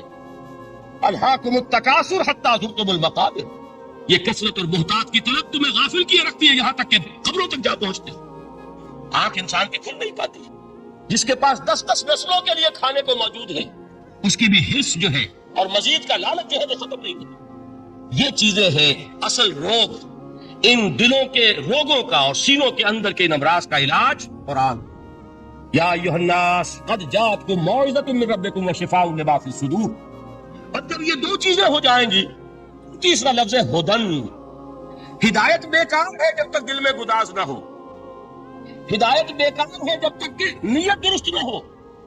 کوئی شخص بڑا عالم ہے لیکن اپنے علم کو اس نے ذریعہ بنایا ہے دنیا کمانے کا، تو در حقیقت یہ قرآن اس کے حق میں ہدایت نہیں ہے، اس کے حق میں عذاب خدا بندی کا ذریعہ بن رہا. حضور نے خود فرمایا القرآن حجت لک علیک.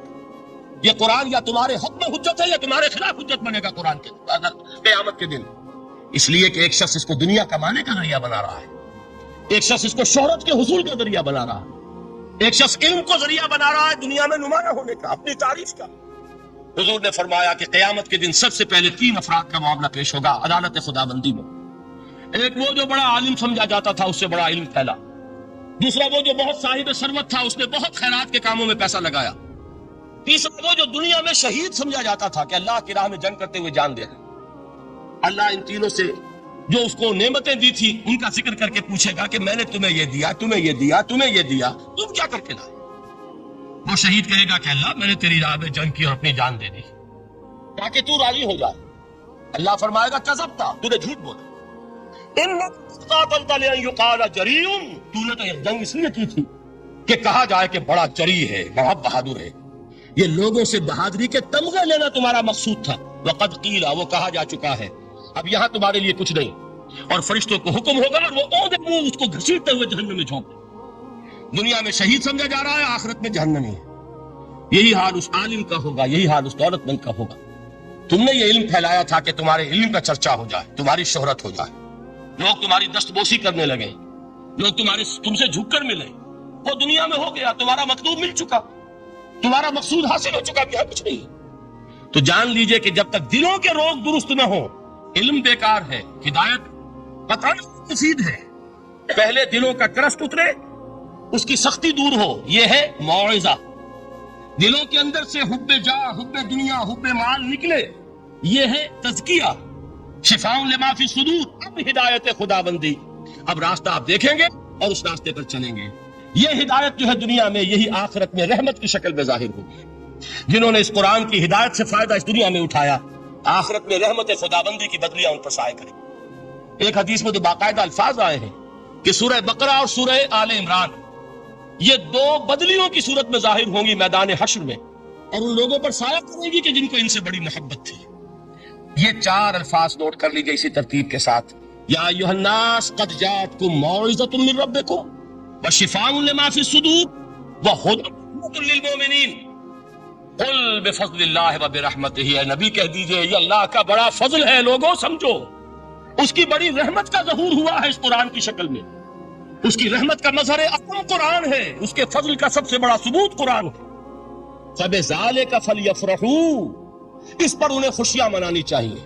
اترانا ہے تو اس پر اترائیں کہ اتنی بڑی دولت ہمارے پاس ہے، اتنا بڑا احسان ہے جو اللہ نے ہم پر کیا ہے. فبذالک فلیفرحوا هو خیر مما یجمعون. جو چیزیں یہ جمع کرنے کی فکر کر رہے ہیں ان سے کہیں زیادہ قیمتی یہ قرآن ہے. کاش کہ یہ 2 آیات تھی ہمارے قلب کے اوپر، یہ کندہ ہو جائے. پہلی بات میں نے عرض کی تھی، اس کا شعور ہر ایک کے لیے ممکن نہیں، اس کا باطن بیدار ہو چکا ہو. لو انزلنا هذا القرآن على جبل لرأيته خاشعا متصدعا من خشية اللہ. جن کی ارواح بیدار ہو چکی ہو وہ قرآن کی اس تاثیر کو محسوس کریں گے. لیکن یہ دوسری چیز ہے کہ جو ہمارے لیے پریگمیٹک پہلو سے، عملی اعتبار سے، افادے کے اعتبار سے یہ 4 الفاظ اور رحمت اور فضل خدا بندی کا سب سے بڑا مظہر اور خوشیاں کہ اللہ کی یہ نعمت تمہارے پاس موجود ہے. اب وہ تیسرا مقام ہے سورہ رحمان کا، بڑی چھوٹی چھوٹی آیات. آپ نے سنا ہوگا حضور نے سورہ رحمان کے بارے میں فرمایا ہے، سورۃ الرحمان عروس القرآن. یہ سورہ رحمان جو ہے یہ قرآن کی دلہن ہے. جیسے دلہن کو آپ خوشنما لباس پہناتے ہیں، آراستہ پیراستہ، اس کو گہنے اور اس کو زیور پہناتے ہیں، تو جس طریقے سے سجاتے ہیں آپ دلہن کو، اللہ تعالیٰ نے ایک سورت قرآن مجید میں ایسی رکھی ہے سورہ رحمان کہ اسے خوب سجایا ہے. اس میں الفاظ کا در و بست، اس کا اپنا ایک ڈیوائن میوزک ہے. وہ تو اللہ تعالیٰ قراء جو ہے خاص طور پر مصر کے قراء، اللہ تعالیٰ ان پر رحمت نازل فرمائے، ان کی خطاؤں سے درگزر کرے. جس طرح قرآن کے انٹرنسک میوزک کو انہوں نے واضح کیا ہے. واقعہ یہ ہے کہ اگر یہ لوگ نہ ہوتے، شیخ عبد الباسط محمد عبد الصمد، شیخ محمود خلیل الحصری، یہ لوگ کہ جنہوں نے قرآن کے اس غنا میوزک، یہ لفظ جو ہے آپ حیران نہ ہو کہ میں یہ کچھ توہین کر رہا ہوں قرآن کی، حضور نے یہ لفظ استعمال کیا، تغنو، اس قرآن کو اچھی سے اچھی خوش الحمدی کے ساتھ پڑھو. من لم یتغن بالقرآن فلیس منا، جو قرآن کو بہتر سے بہتر انداز میں، اچھی سے اچھی آواز میں، خوش الحانی کے ساتھ پڑھنے کی کوشش نہیں کرتا، وہ ہم میں سے نہیں ہے. بلکہ ایک مرتبہ حضور رات کے وقت آپ گشت پر تھے اپنے ساتھیوں کے حالات معلوم کرنے کے لیے. حضرت ابو موسیٰ اشعری رضی اللہ تعالیٰ عنہ ایک صحابی ہیں، ان کے گھر کے پاس سے گزر ہوا، وہ رات کو تہجد پڑھ رہے تھے، کھڑے ہوئے کیف کے عالم میں قرآن تلاوت کر رہے ہیں. حضور کو بہت پسند آئی ان کی قرات، کافی دیر تک وہاں کھڑے سنتے رہے. اب انہیں کیا پتا کون سن رہا ہے. بالکل اسی طرح سمجھ لیجئے ایک بات یاد آئی ہے، حضور فرماتے ہیں کہ جس طرح کان لگا کر اللہ قرآن کو سن، کسی چیز کو نہیں سنتا. ہمیں نظر نہیں آتا نا، ہمیں معلوم نہیں، ہم قرآن پڑھ رہے ہیں تو سننے والا کون ہے؟ سب سے زیادہ کان لگا کر خود اللہ. یہاں اس لیے مجھے یاد آیا کہ ابو موسیٰ اشعری کو کیا پتا تھا کہ کون سن رہا ہے. اپنی کیفیت میں نماز میں تہجد میں قرآن کی تلاوت کر رہے تھے، اور ظاہر بات ہے ان کے گھر ایکڑوں میں بنے ہوئے نہیں تھے، ایک ایک کمرہ، ایک ایک کوئی حجرا، ایسے ہی تو گھر تھے نا صحابہ کے. لہذا حضور پاس سے گزرے، آواز آئی، کافی دیر سنتے رہے.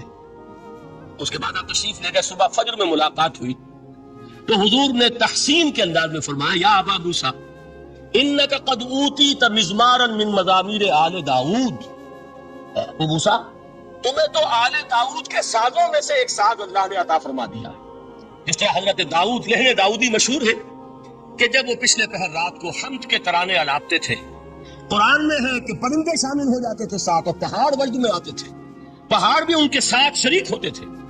تو جس طرح کا اللہ نے ان کو لہن عطا فرمایا تھا، حضور نے تحسین کے انداز میں فرمایا ہے، ابو موسیٰ اشعری اللہ نے تمہیں بھی آل داؤد کے سازوں میں سے ایک ساز عطا فرمایا.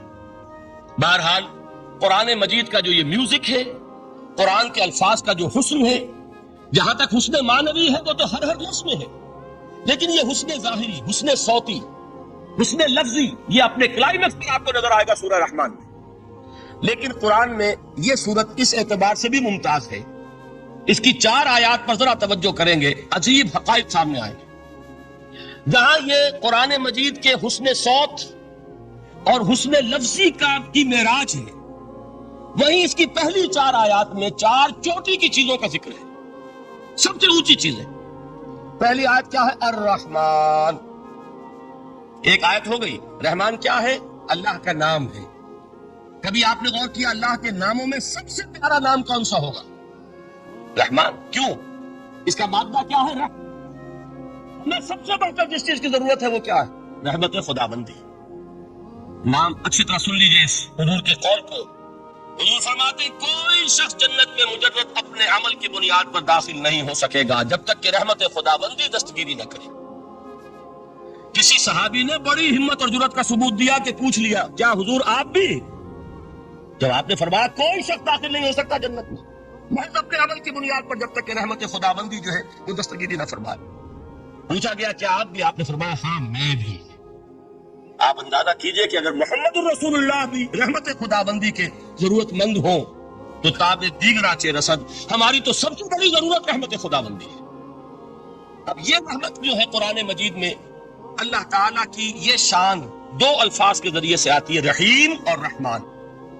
اور کوئی مادہ نہیں ہے جس سے 2 نام بنتے ہو اللہ کے، لیکن یہ مادہ ہے واحد رحمت کا کہ جس سے رحمان بھی ہے رحیم بھی ہے.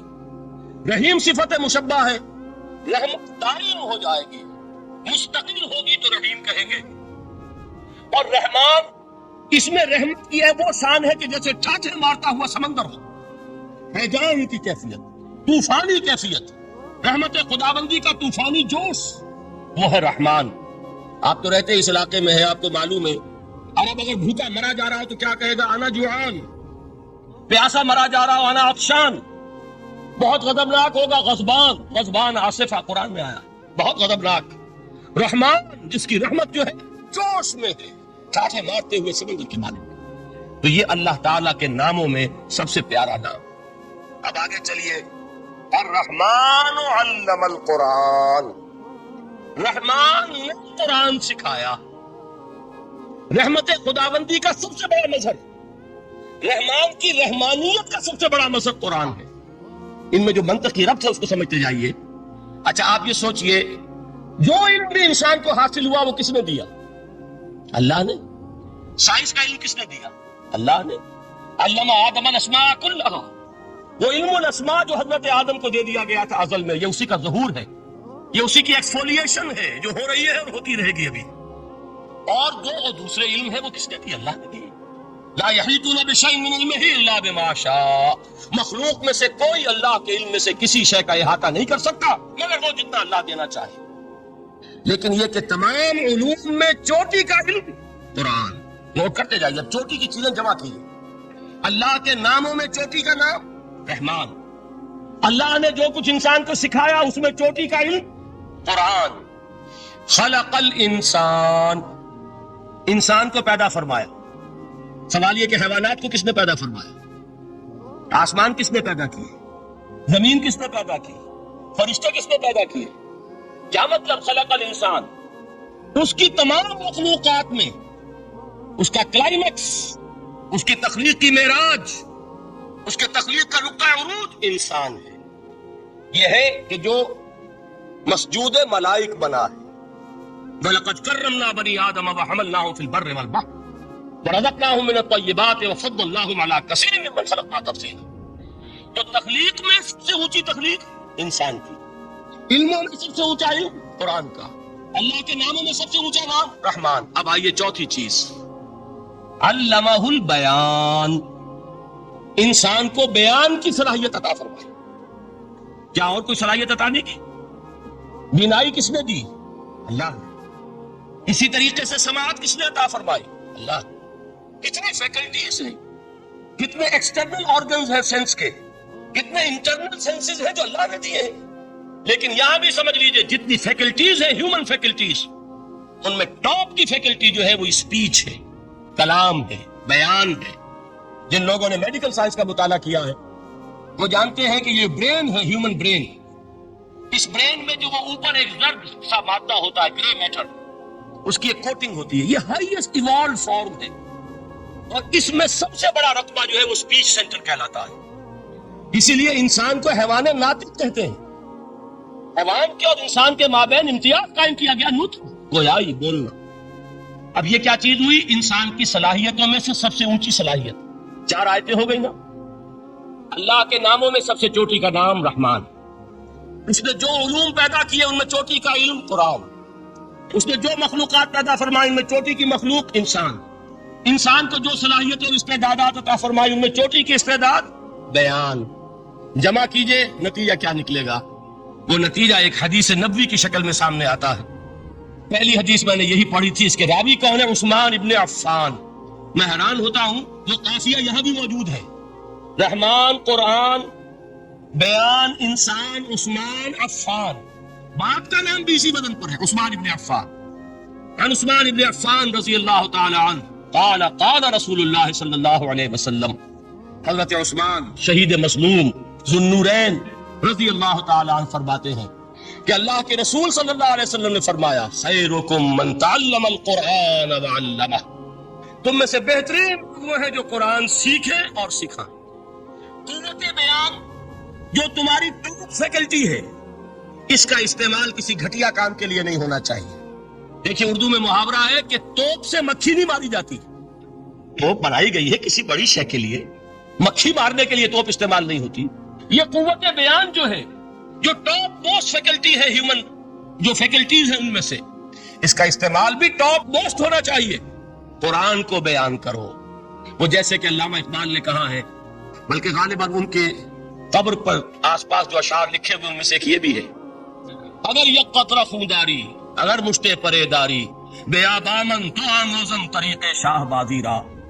اگر تمہارے اندر ایک قطرہ بھی خون کا ہے اور مٹھی بھر بھی پر اگر اللہ نے دیے ہیں تو میرے پاس آؤ کہ میں تمہیں شہبازی کے طریقے سکھاؤں. اسی طرح جان لیجئے اگر اللہ نے قوت گویائی عطا فرمائی، اگر اللہ نے تمہیں حیوان ناطق بنایا، اگر اللہ تعالیٰ نے تمہیں یہ صلاحیت عطا فرمائی، اس صلاحیت کا مصرف دنیا کو نہ بناؤ، اس صلاحیت کا مصرف اللہ کے کلام کو پھیلانے پر اس کو صرف کرو. خیرکم من تعلم القرآن وعلمہ.